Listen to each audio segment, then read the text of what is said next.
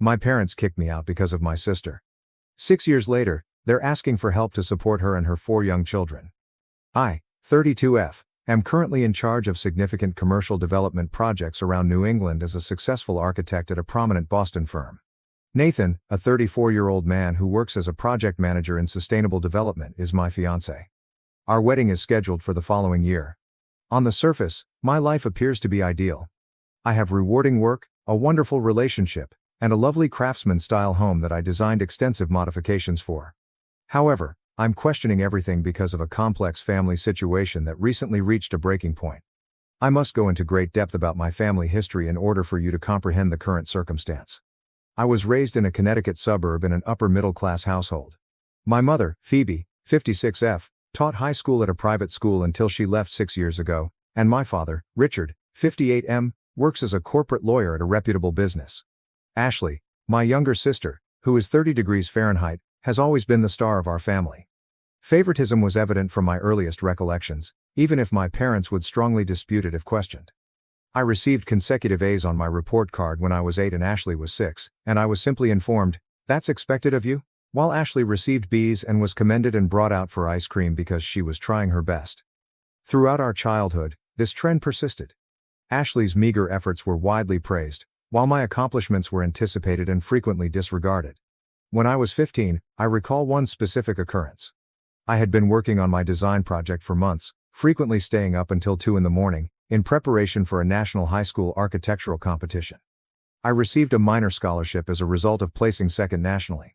Ashley had an ordinary soccer match that day, so my parents didn't even make it to the award ceremony.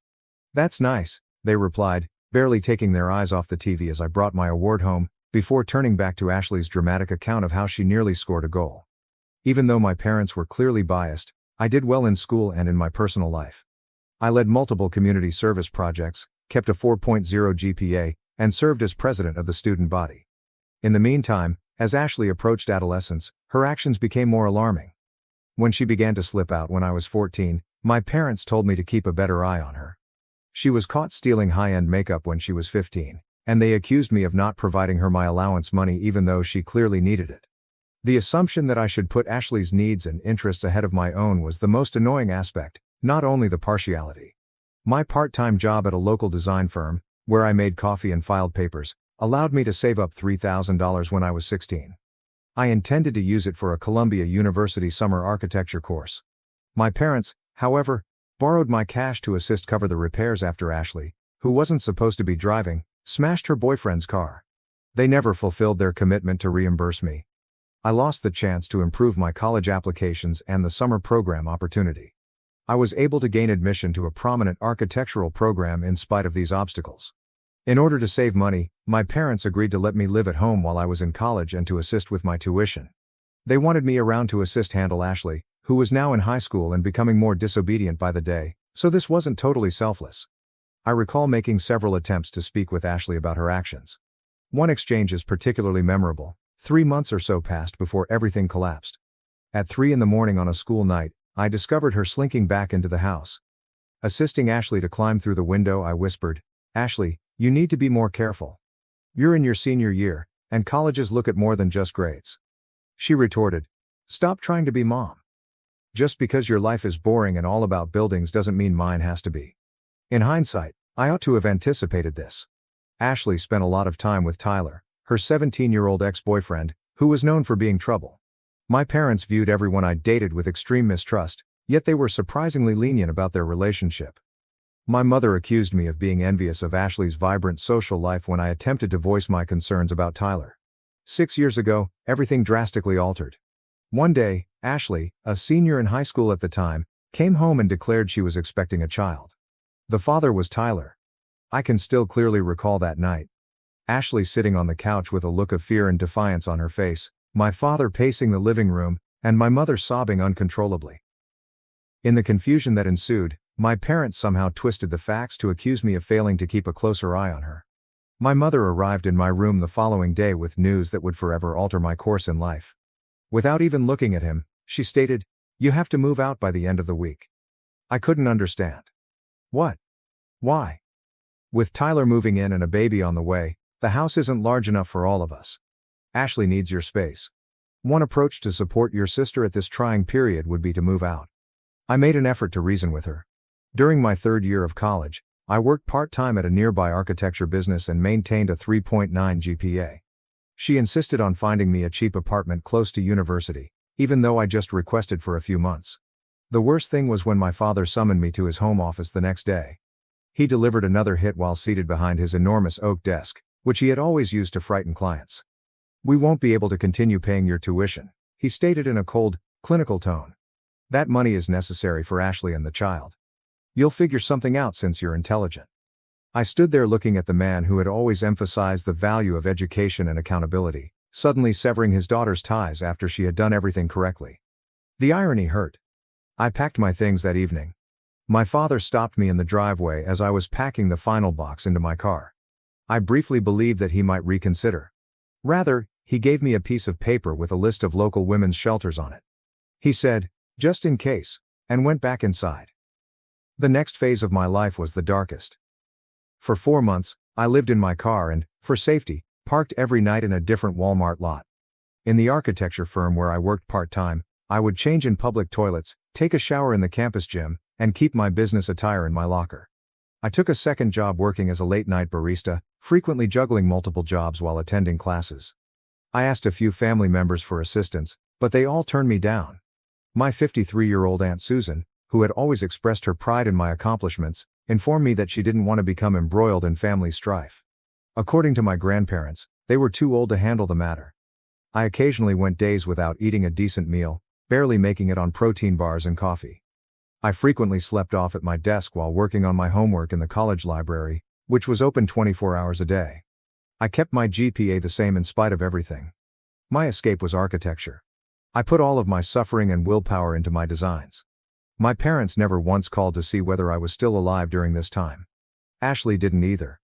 After learning that she had given birth to a boy, I made one phone call, but it was awkward and short. After that, there was no communication for 6 years. I had to start over in my life throughout those 6 years. Despite working 60-hour weeks and living in my car and then a small room in a dubious area of town, I finished with honors. A famous Boston business was interested in my final thesis project, which was a design for a sustainable community center with transitional housing that received multiple prizes. Living in a small studio apartment and trying to save as much money as I could, I began my career as an entry-level architect. Every advancement was a triumph over my past. I was managing my own projects for 4 years. My area of expertise was sustainable commercial development, and I gained recognition for my creative ideas that put the needs of people and the environment first. 3 years ago, Nathan and I met at a seminar on sustainable development. During the Q&A portion of his presentation on green construction projects, I disputed one of his claims. He invited me to continue the conversation over coffee rather than becoming defensive. Dinner evolved from that coffee into the most wholesome and encouraging relationship I've ever experienced. Nathan is well aware of my background. He was present when I purchased my first home after getting expelled. When I signed the paperwork and broke down because I was so overcome by the fact that I finally had a place where no one could make me leave, he held me. He supported my idea to refurbish it and make it an environment that reflected all of my accomplishments over the years. Through mutual contacts, I occasionally learned tidbits about Ashley's life. Shortly after the birth of their baby, she wed Tyler, but the two of them split up after 6 months. By that time, she was expecting her second kid, but the father had entirely vanished after learning of the pregnancy. She had another kid with Marcus, the man she married 2 years later, but their marriage failed when she had an affair. She is now pregnant once more and doesn't seem to know who the father is. I got a call yesterday from an unidentified number right before bed. After 6 years of stillness, my mother called. She initially pretended nothing had happened, inquiring about my life and showing interest in my accomplishments. I briefly felt like that young child again, excited to tell my mother about my achievements. I even began to tell her about my recent promotion to senior architect and my engagement. Then she revealed the true reason she had called. In order to assist Ashley and her kids, my parents want me to return to Connecticut. They say they're too old to care for 4 small children, and my father will shortly be retiring. They even had the gall to claim that, as the successful sister, it is my duty to support the family. My mother said, "You've always been the responsible one," with that cunning tone I so vividly remembered in her voice. Now more than ever, Ashley needs her big sister. Family must remain united. A chilly chuckle erupted within me. Family have to stick together? I said it again. When I was sleeping in my car, Where was this family? When I was barely eating and working 2 jobs? When there was nobody for me to turn to? I went on despite my mother's attempt to stop me. You absolutely abandoned me, kicked me out, and stopped paying for my schooling in order to help Ashley. You expect me to sacrifice my life, career, and relationship in order to clean up your mess once more now that she has continued to make bad decisions and you're sick of dealing with the fallout. I hung up after telling her that I would never again risk my life for Ashley. Since then, family members who turned down my request for assistance 6 years ago have been bombarding my phone with messages accusing me of being callous and asserting that family helps family. Nathan completely agrees with my decision to uphold my boundaries, but other people argue that since they are still family and retaliation won't mend old hurts, I should at least have a meeting with them. But this doesn't seem like vindictiveness to me. I saw it as defending the life I created on my own, after being deserted by those who were meant to keep me safe. Update 1. First of all, I want to thank everyone for their tremendous support and wisdom. My phone has been buzzing nonstop with messages from extended family members for the past 48 hours, which has been very taxing. The circumstances have changed in unexpected ways. My mother wrote me a long email detailing Ashley's children's daily problems, along with comprehensive pictures of my nieces and nephews. The oldest, who is currently in kindergarten, is exhibiting early behavioral problems. The second child's health issues necessitate regular medical care. Another is on the way, while the third is still a toddler. A communication from an old family friend who teaches at Ashley's old high school was what really got to me. She informed me that in order to pay for Ashley's costs and medical bills, my parents have been taking out loans. My father has delayed his retirement indefinitely, and they have already remortgaged their home. Ashley personally sent a direct message, which was the most unexpected development. She reached out for the first time in 6 years, not to apologize but to let her big sister know that she had changed and needed her. She talked about acknowledging her past sins and is attending therapy. Although I've seen this pattern before, I still have a part of me that wants to believe her. In order to keep both physical and emotional distance from the family, my fiancé Nathan proposed a compromise, providing financial support for the kids' schooling through a trust fund. It's an intriguing idea that would enable me to assist the defenseless kids without being embroiled in the family strife. All of this is still registering in my mind. Seeing those pictures of the children, who are innocent in all of this, has made me feel conflicted, even though my logical side knows I owe them nothing. When I make a choice about Nathan's suggestion, I'll provide another update. I need some time right now to process everything without having to deal with family pressure all the time. Update 2. Over the last 24 hours, everything has drastically changed. My mother called me in an emergency last night. Ashley had been involved in a severe vehicle accident. Another automobile ran a red light and collided with her car while she was driving alone. The situation was dire because she was pregnant. I got into my car and drove to Connecticut for 4 hours without giving it any thought. It felt unreal to enter that hospital. As he paced the corridor in his faded suit, my father appeared to be much older than his years. When she saw me, my mother lost it all. I hadn't actually seen them in person for 6 years. Although Ashley's injuries were not life-threatening because of the airbags, the doctors added, they had to perform an emergency C-section in order to save the baby. With a questionable prognosis, the premature baby is currently in the NICU. My biggest surprise was going back to the house I grew up in. I grudgingly complied with my parents' request that I remain rather than book a hotel. Entering my former room felt like entering a time portal.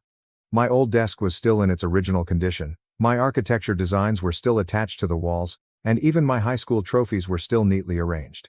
Everything was just as I had left it 6 years prior. Then it dawned on me that they hadn't actually converted my room into an area for Ashley. The whole needing the room pretext had been nothing more than a pretext. Another unanticipated emotional moment was meeting my nieces and nephews. I was astonished to hear Charlie, 6 million, the oldest, say, "Aunt Rebecca, I know you from the pictures." My parents had apparently informed them about their aunt, who constructs stunning structures, in spite of everything. After I assisted them in building a block tower, the smaller ones, Ava, 4F, and Lucas, 2M, who had been timid at first, quickly warmed up. After 3 days here, I'm learning new things that make my emotions even more complicated. I discovered a stack of unsent letters from my father while searching through some old documents for Ashley's insurance information. They were letters of apologies that he never mailed, all addressed to me and dated throughout the previous 6 years. Tears appeared to have soiled several of them. Yesterday, Nathan flew in to help me get through this. I became aware of how much these children deserve to be free from the chaos they were born into as I watched him engage with my nieces and nephew, using play to teach them basic engineering concepts. Ashley is still in and out of consciousness, but she is stable presently. The baby's condition is still dire. Although I've taken an emergency leave of absence, I have some important project deadlines to attend to in Boston next week. How I feel about things is still a mystery to me. My fury is still there, but it's mixed up with other feelings I can't quite put my finger on. The youngsters who somehow know about me, the preserved chamber, and the unsent letters are all making me rethink how I perceived the previous 6 years. I have to return to the hospital right now to get an update on the baby's health. Next week, when I return to Boston, I will write more. I'm just attempting to live day by day for the time being. Update 3. After spending another week in Connecticut, this time with Nathan, I just got back to Boston. It was a complex experience. Ashley asked me to invite him expressly because she wanted to meet the person who makes her sister happy. The dynamics were revealing and unpleasant. I made a startling discovery while we were there. I discovered years' worth of Ashley's treatment records while assisting my mother with organizing some medical paperwork. My parents never disclosed to me that she had been dealing with bipolar disorder since she was in her teens. Manic episodes occurred at the same time as the numerous pregnancies and relationship problems. This information adds another level of complexity to the process, but it does not justify the way they treated me. The most pivotal event occurred when I spoke with Ashley privately in her hospital room. She was more lucid than I had seen her in years, most likely as a result of taking her medications as prescribed following the accident. She acknowledged that, even in high school, she had envied my success and security. "You made everything look so easy," she stated. And I felt like the family disappointment in comparison. Neither of us missed the irony. Nathan's presence proved to be quite important. I was too deeply invested to notice what he saw. One evening at supper, he pointed out that my father was unable to look me in the eye, displaying signals of intense embarrassment instead of the apathy I had always imagined.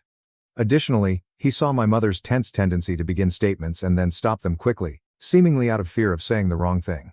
The children now play a big role in my emotional equation. Charlie, 6 million, my oldest nephew, showed me his architectural drawings, which were sloppy but sincere attempts to replicate images of my work that my parents must have shown him. When the younger ones, Ava, 4F, and Lucas, 2M, begin referring to Nathan as uncle, it has a deeper impact on him than he anticipated. The infant will need to remain in the NICU for at least another month, although her condition has stabilized. My parents have been sleeping in the waiting area on shifts, refusing to leave their grandchildren alone, according to a nurse who spoke to us during one of our hospital stays. They appear emotionally and physically worn out. I've made some sensible choices. A family therapist with expertise in intergenerational trauma is what I'm setting up. I've also discussed working remotely for a few days every month with my company. I haven't changed my mind about returning to Connecticut though. I now live and work in Boston. On the way back to Boston, Nathan and I had a lengthy conversation.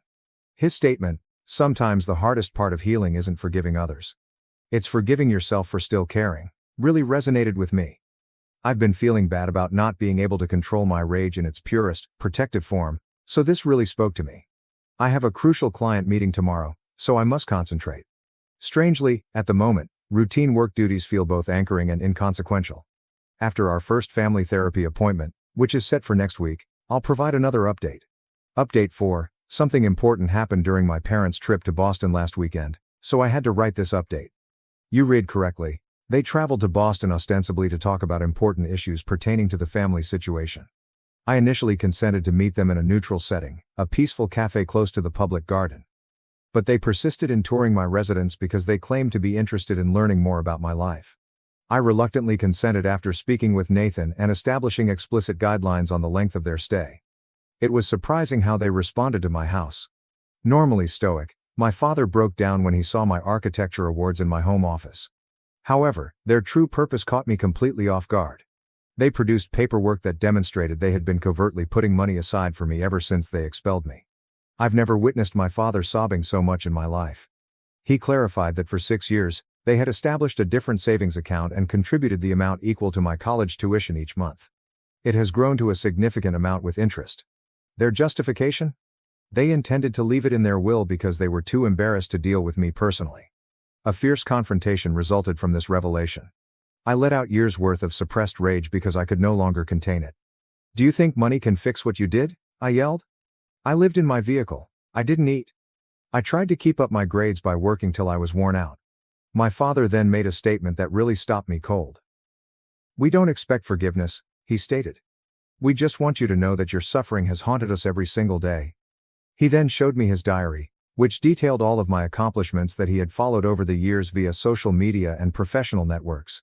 He mentioned my advancements, my first significant project, and even the Sustainable Design Prize I received the previous year.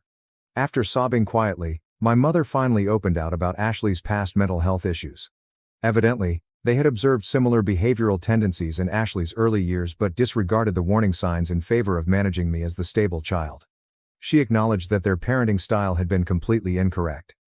When they mentioned their most recent worries, the topic of conversation changed.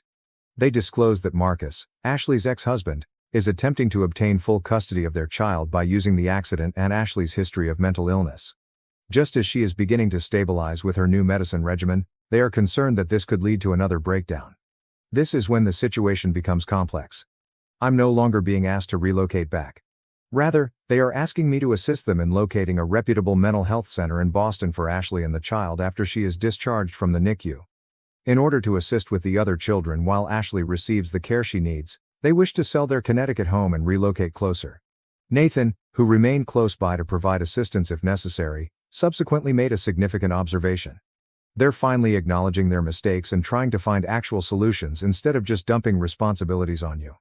I'm still taking it all in. Although the money they save doesn't change the past, their persistent covert efforts at making amends reveal a level of regret I hadn't previously thought of. My father's journal seems like a heartbreaking reminder of what might have been, a father who was proud of his daughter's accomplishments but was too embarrassed to say so out loud. To learn more about Ashley's custody dispute and what part, if any, I should play in it, I'm meeting with a family law lawyer tomorrow. Additionally, I'm looking into psychiatric hospitals that focus in postpartum mental health treatment. Regarding my assistance with Ashley's treatment plans, I have not responded to them. Although I have a strong desire to uphold rigid limits, I also acknowledge that this could be an opportunity for genuine, structural change in our family's dynamic. This time, with the right boundaries and expert assistance, things could be different. Once I've decided how I want to participate in these new developments, I'll provide another update. Update 5. I've made some decisions regarding my relationship with my family going forward after giving it a lot of thought and attending multiple family therapy sessions. Initially, in response to my parents' inquiry concerning Ashley's care, I assisted them in locating a respectable mental health and postpartum care center in Boston. I did, however, clarify that my participation would be strictly limited and professional. Although I will not be personally involved in Ashley's daily care, I was able to connect them with the resources they needed through my professional network. My parents' savings account has been transformed into a trust fund, of which I am the trustee, for Ashley's children's education. This arrangement guarantees that the funds will be utilized suitably while upholding professional boundaries. Nathan used his financial planning and contacts to assist put things up. I never imagined how my relationship with my family would change over time. I've developed a methodical approach to keeping in touch that safeguards my personal well-being, even if I won't be returning to Connecticut or taking on any caregiving duties. We've decided to continue family therapy sessions and have frequent video chats with the kids, with Ashley being contacted directly only in case of emergencies. Even though my mother still calls a lot, I've seen a big shift in the way she handles things. She no longer makes demands or guilt trips before providing family information, and she respects my limits when I tell her that I'm too busy to talk. My father made the most unexpected revelation. In addition to sending me a formal written apology outlining particular occasions in which he failed me as a father, he began visiting his own therapist. Instead of the cliched, "I'm sorry for everything," I had anticipated, I received a considerate acknowledgement of particular negative behaviors and how they affected my life. After being admitted to the treatment center, Ashley is beginning to show recovery. At last, the infant is well and no longer in the NICU. I've made arrangements for a child psychologist to work with her older children to help them deal with these changes while I keep an emotional distance. I've decided not to include my family too much in our wedding arrangements, which Nathan and I are moving forward with. Although they will be invited as guests, friends who helped me through my darkest moments will play the customary family roles in the wedding. I am content with my choices as I look to the future. It's a carefully planned relationship that safeguards my mental health while recognizing the intricacy of familial ties, even though it's not the total reunion some might expect for. I've discovered that taking care of family members doesn't have to mean compromising my own health or giving in to toxic relationships. There isn't a tidy, happy ending to my story where everything is forgiven and forgotten. Rather, it ends realistically, with relationships being reframed on better terms, professional assistance being sought, and boundaries being upheld. That's the best we can do at times, and that's acceptable. My last update will be this one. We are grateful to everyone who helped and counseled us along the way. I was able to strike a balance between self-preservation and compassion because of your ideas. My sister tried to seduce my fiancé before our wedding. Got caught on camera and was disowned by our parents. My manipulative, narcissistic sister attempted to seduce my fiancé just before our wedding in an effort to break us apart. Fortunately, her actions were caught on camera, leading to her being disowned by our parents.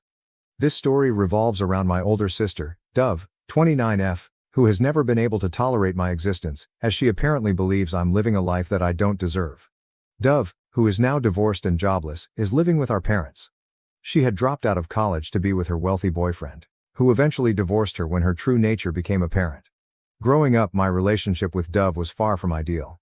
She was always the pretty and smart one, full of herself, and our parents consistently showered her with praise, which left me feeling inadequate. Everyone around us constantly admired her looks, while I was often ignored, and it hurt deeply. Dove used her popularity to mess with my mind, telling me that no one liked me, which made me incredibly insecure. My parents never supported me or acknowledged my feelings because Dove always lived up to their expectations. This led me to distance myself from them throughout my childhood and teenage years. Dove frequently had friends over when our parents were at work, and they would often mess with my room. On one occasion, they even ruined a school project of mine, nearly causing me to fail. When I threatened to tell Mom about it, Dove blackmailed me, saying she would share embarrassing pictures of me with my classmates. At just 14 years old, I was terrified. Dove never took responsibility for her actions, and it was pointless to tell my parents because they never paid attention to me. My mom never had my back, although my dad would occasionally call Dove out. For instance, one time she used my phone to send strange pictures to my friends after I'd complained to Dad about her. Another time, she spilled coffee on my prom dress and then played the victim, crying and claiming it was an accident. After that, I stopped confiding in him altogether. I never really understood why she harbored so much hatred towards me until later when I realized that she was a narcissist, and her behavior had nothing to do with me. She was a walking red flag in her relationships, cheating on every guy she dated. As much as I hate to admit it, she was also a gold digger. Something her ex, who remains a friend of mine, can fully attest to. Essentially, she was pretty awful as a teenager, and nothing changed as she grew older. If anything, her behavior only got worse. It was entirely my parents' fault because they never bothered to discipline her. After school, things finally started to look up for me. I worked incredibly hard to get into my dream college, and after a few years of struggle, I landed my dream job. It was there that I met the love of my life, Atlas, at an office conference. He was smart, kind, and handsome, and we hit it off instantly. Within a few months, we started dating. We traveled a lot, which only strengthened our bond. Atlas was very close to his family, so he introduced me to his siblings and parents just a few months into our relationship. But when it came to introducing him to my own parents, I took my sweet time. The main reason for this delay was my sister Dove and her malicious intentions. I always had this nagging feeling that she would find a way to ruin everything. She was the one who always got the best of everything as a child and teenager, and now that my life was going better than hers, I was certain she wouldn't be able to handle it, especially when it came to my relationship. However, I couldn't keep delaying the introduction any longer. Atlas was beginning to grow suspicious of my reluctance to introduce him to my family. So, after a year and a half of dating, I finally told Dad about him. Dad was thrilled that I had found a man who was worthy of me and invited us over for dinner. While I was excited, I was also equally stressed because I knew Dove could go to any lengths to sabotage my happiness. Although Atlas was aware of my family dynamics, I went over it with him in detail. He was relaxed about it and reassured me that he would handle whatever came his way. A few days after I spoke with Dad, I unexpectedly received a call from Dove. It was surprising since she had never reached out to me before. She started asking questions about Atlas and when I planned to visit home, but it was clear that her real interest was in getting more details about Atlas. I can only assume that Mom had told her I was seeing someone and that our relationship was getting serious. Dove was suddenly trying to get all chummy with me, but I could see right through her motives. Now, I'm grappling with whether I should take the risk of introducing Atlas to Dove, knowing full well that her intentions are far from good. I'm also considering an alternative, perhaps inviting my parents over to my place so they can meet Atlas without involving Dove. Update 1, thanks for all the great advice. Some of you asked for more details about Dove, so here you go. It's true that my parents, especially my dad, began to see Dove differently after her divorce, and she really brought it on herself. She had been academically gifted, But once she got to college, her entire focus shifted to her looks and beauty. That's when she met Jeremy, a super rich guy, and jumped into a relationship with him, completely abandoning her studies. During my final year of school, I was busy preparing for my college entrance exams, and Dove kept telling me I would never get into my dream college. But I did, and for the first time, I got validation from my parents. They were genuinely happy and proud of me. But Dove couldn't stand it. She was jealous that all the attention was on me and not on her. To sabotage my moment, she announced her engagement to Jeremy at the celebration party my parents had organized for me with close family and friends. It was obvious from Jeremy's expression that he had no idea she was going to do this, but she succeeded in making the day all about herself.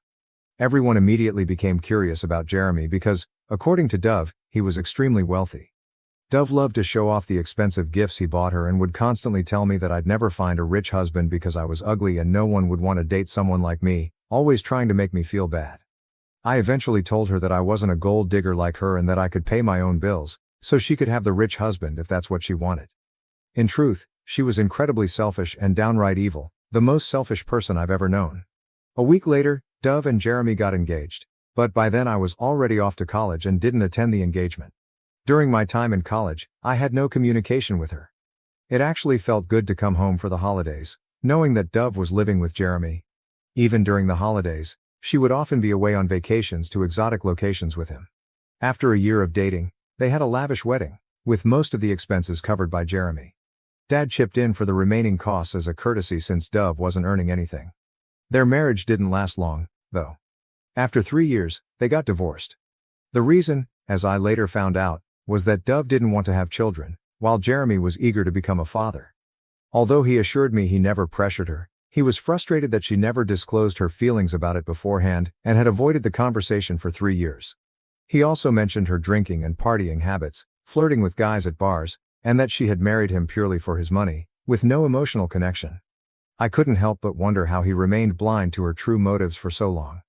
Jeremy even showed me videos of Dove out drinking with guys who were touching her inappropriately, and she did nothing to stop them. I was relieved he finally ended things with her, but my parents took Dove's side, blaming Jeremy for pressuring her about having kids, never acknowledging her faults. After the divorce, Dove moved back in with my parents since she wasn't working. She had dropped out of college to marry Jeremy, and now, after 5 years, she had no degree and no work experience. She pretended to be traumatized by the divorce, but in reality, she was happy to be free. Within a month of the divorce, she was back to her old habits, clubbing and hooking up. Her life seemed to revolve around weekly dates and ditching people, and her Instagram stories made it clear what she was really up to. 2 years into my career, I landed my dream job with a great salary, and my parents were thrilled. After receiving the job offer, I visited home, and Dad was so proud of me, I couldn't have been happier. We were having dinner when Dove returned home, looking partially drunk. Dad was upset at the sight of her and commented that Dove should have focused on her education like I did, instead of ruining her life over Jeremy. He pointed out how much I was earning and how Dove was still dependent on them for money. Mom tried to get Dad to stop making such comments, but hearing this, Dove lost her temper and slammed the door. That's when Dad finally realized just how spoiled Dove had become. He told Mom that it was time to knock some sense into her, insisting that Dove needed to start taking her life seriously and get back on her feet instead of continuing to leech off them. By this point, I was completely fed up with her. Later, Dove barged into my room and smugly told me that no matter how much money I made, I could never be like her. She even went as far as to body shame me, pointing out my belly fat and chubby cheeks. As a teenager, those kinds of comments used to break my heart, but now, I just didn't care. I laughed in her face and told her that I had no desire to be like her and that she clearly needed to work on fixing her attitude. That set her off, and she demanded that I leave the house. I calmly reminded her that this was our parents' house, and she had no authority to boss me around. The next day, as I was packing to leave, I noticed that 2 of my dresses had been badly torn, clearly cut with scissors. I went downstairs and showed my parents what Dove had done. Dad was furious and called Dove out, but Mom, as usual, tried to make excuses for her, claiming Dove was in shock and didn't know what she was doing. Dad wasn't having any of it. He warned Mom to stay out of it and then unleashed his anger on Dove, telling her that she needed to get her life together because he was done providing for her or tolerating her narcissism. This confrontation didn't sit well with Dove, and she ended up hating me even more because of it. From that point on, I was subjected to Dove's wrath, but her hatred didn't bother me. It only became unbearable when she started making advances on my boyfriend. After much consideration and talking it over with Atlas, I decided it was time to visit my parents with him. There was no point in hiding him from Dove any longer because, no matter how hard I tried, she would eventually find a way to get to him. My friends advised me that it was better to test his loyalty now than to risk losing him later. Dove would only succeed in her malicious intentions if Atlas allowed it. With a sense of dread, I showed up at my parents' house with Atlas. I tell you, she was practically throwing herself at him. As he was exchanging greetings with Mom and Dad, Dove almost forcefully pushed herself onto him for a hug. I have no idea what made her think Atlas would fall for her looks. She had completely transformed her appearance, dyeing her blonde hair black, getting all dressed up in a new outfit, with her nails and hair perfectly done, as if she was on a date with him. She tried to force her way into the conversation, but it was clear that everyone was ignoring her. At the dinner table, she quickly rushed to sit beside Atlas. When I asked her to move so I could sit there, she gave me an annoyed look but eventually complied. She kept asking Atlas about his interests, and if he mentioned liking something, she would immediately claim she liked it too, even if it was obvious she didn't. Then she'd go on about how she and Atlas were so compatible, winking at me as if to suggest I shouldn't take it seriously, though it was clear she was trying to cover up her intentions. Atlas was visibly uncomfortable, and he ignored her, continuing his conversation with Dad and Mom. Her desperate attempt was so blatantly obvious. After dinner, I decided to take a shower, leaving Atlas by himself. That's when Dove walked in, asking him to call her number because she claimed she couldn't find her phone. It was obvious that this was just a ploy to get his number. How twisted. Atlas also told me that while I was occupied with other things, Dove tried to play the victim, telling him her sob story about the divorce and how much mental distress it had caused her, dragging on about how it took her years to recover. To make matters worse, Mom even chimed in, blaming Jeremy and speaking ill of him. After a while, Atlas asked me if I wanted to go for a walk and give him a tour of the neighborhood. Before I could respond, my sister quickly stood up and said, "Sure." Atlas looked at her, surprised, and firmly stated that he wanted some alone time with me. Her face turned red with embarrassment and she quietly retreated to her room. It's only been a few days since that visit and I can already sense that Dove is planning more schemes to lure Atlas into her trap. I can't deny that it worries me, but at the same time, I trust my man and am curious to see how he handles her advances. Update 2. Hello everyone, I'm thrilled to share that I'm engaged. Atlas proposed to me last month during a trip and yes, he got down on one knee with a ring, and I couldn't stop gushing over it. But even after our visit to my parents, Dove didn't stop with her manipulative tactics. She started texting Atlas, asking how he was doing. Knowing that Atlas is a huge cat lover, Dove began flooding his inbox with cute cat videos, even though she never cared for cats before. After discovering that Atlas adored cats, she went so far as to get one herself and began recording videos of it to send to him.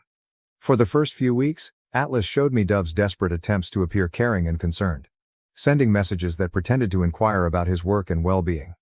After a while though, he stopped sharing her messages with me.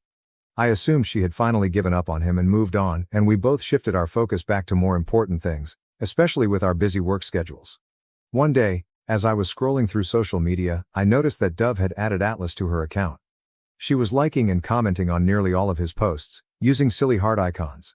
She even went back and commented on old pictures and videos from 7 to 10 years ago. I immediately felt uneasy about it, so out of the blue I checked his phone. I discovered that Dove was still texting him occasionally, but her messages were unread and seemed odd. She was clearly trying hard to get Atlas's attention. In his call logs, I saw missed calls from her, including one that came in around 3 a.m., which made me feel anxious. I confronted Atlas about why he hadn't told me that Dove was still texting him. He got a bit nervous and explained that he had been ignoring her and thought it was better if we didn't talk about her. I pressed him further about the calls, and he remained calm. Then he sat me down and explained that one day, Dove had called him, sounding really upset. He got scared, thinking something might be seriously wrong, but it turned out she just started talking about traumatic experiences related to Jeremy, saying she needed someone to talk to. Atlas told Dove that she should talk to her parents instead and that it wasn't appropriate to call so late. He also mentioned that she should have let me know first. That really struck a nerve with me, and I told him that keeping this from me wasn't okay and could lead to me losing trust in him. He reassured me that he would never fall for her tricks and that I had nothing to worry about. Even with his reassurance, I had read too many stories about husbands falling into similar traps, and I didn't want to be naive by blindly trusting him. I told him that the next time Dove called, he should hand the phone over to me so I could catch her in the act. Sure enough, one night, her call came through, and Atlas woke me up in the middle of the night. I answered the phone, and Dove immediately went silent when she heard my voice. She quickly claimed it was a mistake and hung up. The next day, I tried calling her multiple times to confront her, but she never picked up. So I texted her from Atlas's phone, letting her know it was me and that she needed to stop calling or texting him at odd hours. I also told her that if there was anything urgent she should contact me directly instead. After that, she finally stopped texting him, and I felt relieved that she was out of our lives. After Atlas proposed to me, I sent a picture of the ring to my dad. Dove must have shown it to Mom, and not long after, she started her stalking behavior again. She began texting Atlas and sending ridiculous videos. I was completely fed up. As soon as Atlas told me, I called her and unleashed all my pent-up anger, telling her to stop playing games and get a life. She mostly stayed silent while I let it all out, but I didn't realize at the time that she wasn't going to back down easily. As soon as I hung up, Mom called, furious, yelling at me for insulting my sister. Dove had told her that I was accusing her of trying to steal my fiancé. Mom claimed that my cruelty had caused Dove to have panic attacks and insisted that I be more considerate toward her, reminding me that Dove had been struggling with depression for years and was still recovering from her traumatic divorce. I found it laughable because Dove was never depressed about her divorce. I hung up the call and immediately informed Dad that if they continued to ignore Dove's behavior, I would have no choice but to cut them out of my life. I was done being a puppet in her game. I couldn't keep turning a blind eye to her antics. Update 3. I never imagined Dove would stoop so low. She had always made my life miserable, but I never thought she would actually try to seduce my fiancé before our wedding. The bullying, body shaming and constant ridicule were one thing, but realizing that she was willing to go as far as trying to ruin my wedding by seducing Atlas was a bitter pill to swallow. As we were planning our wedding, I wasn't in contact with Mom after our last confrontation. However, she eventually called and apologized for shouting at me, admitting that she had lost control out of fear for Dove, who was supposedly having panic attacks. One of my cousins later told me that Dove had been crying to everyone about how I was accusing her of trying to steal my fiancé and that I didn't deserve any of the good things in my life, especially Atlas. According to Dove, because she was the gorgeous one, she believed she should be the one getting the best of everything, not me. When I told Mom about this, she went quiet. She simply told me to forget everything and focus on my wedding and the happy life ahead. Fortunately, everything went as planned, and Dove managed to keep a low profile for a while. At the very least, she didn't interfere in our lives during that time. On the day of our wedding, we were at the venue, busy with final preparations, when I received a call from Atlas's best friend, asking me to come to Atlas's room with my parents. I jokingly teased him, saying that Atlas wasn't supposed to see the bride before the ceremony, but he insisted that this was something serious that needed to be dealt with before the wedding. My heart raced as I hurried to Atlas's room with my parents. When we arrived, Atlas was lying shirtless, drifting in and out of consciousness, while his groomsmen recounted Dove's devious actions. Apparently, while Atlas was getting ready, Dove had shown up with a drink. He initially refused it, but Dove persisted until he took a sip. Almost immediately, Atlas realized the drink was spiked. He excused himself and went to the washroom, where he called his friend, explained what had happened and asked him to come over. By the time his friend arrived, Atlas had partially passed out and was out of the washroom. Since his friend was sharing the room with Atlas, he had access and quickly turned on his camera as he entered. He overheard Atlas shouting at Dove to leave him alone while she was on top of him, undressing herself, and rubbing against him. This disgusting act was captured on camera. When Dove noticed Atlas's friend, she pretended they were making out, covered herself up and left the room, smirking at his friend and asking him not to tell anyone. Little did she know that she had already been caught on video. When we walked in, Atlas was still lying there, partially unconscious. The drink was so potent that even a few sips had left him severely dizzy with a pounding headache. The glass was still there, with solid particles settled at the bottom. It was an incredibly humiliating moment for my parents, who were in disbelief that Dove could do something so horrendous. My mom immediately called Dove and told her to come to Atlas's room. When she arrived, her lipstick was smudged, and she nonchalantly said, "I know you guys are mad at me, but it was mutual. Atlas loves me and has been making advances on me ever since we met. Today, he convinced me to have a one-time hookup before the wedding." My mom slapped her hard, telling her that we were aware of her lies and that everything had been recorded on camera. Dove was stunned by this revelation, and my parents wasted no time in kicking her out of the venue before she could cause any more trouble. Security was instructed not to allow her back inside.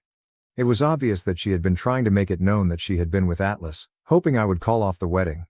My dad immediately called a doctor, who confirmed that Atlas had indeed been served a spiked drink, which had severely affected him. Atlas's parents and siblings were so upset that they wanted to confront Dove, but my parents had to apologize profusely to them to help calm the situation. The wedding had to be delayed until Atlas recovered, which took several rounds of vomiting to get through. Word of the incident spread quickly among the guests, who were buzzing with gossip for the next few days. Once Atlas had fully recovered, my dad walked me down the aisle. While I was happy to finally see Atlas as my husband, I couldn't shake the stress of everything that had transpired. During our vows, Atlas added an extra promise, vowing to protect our relationship from anyone who didn't want to see us together. After we returned from our honeymoon, my parents came to visit us and apologized to Atlas for all the trouble Dove had caused. My dad reassured us that Dove would be out of our lives for good. He had actually kicked her out of the house and told her to fend for herself. Despite this, I'm still struggling to move past the incident. My wedding was perilously close to being called off, and if Atlas's friend hadn't recorded what happened, I might never have believed that Atlas was innocent in all of this.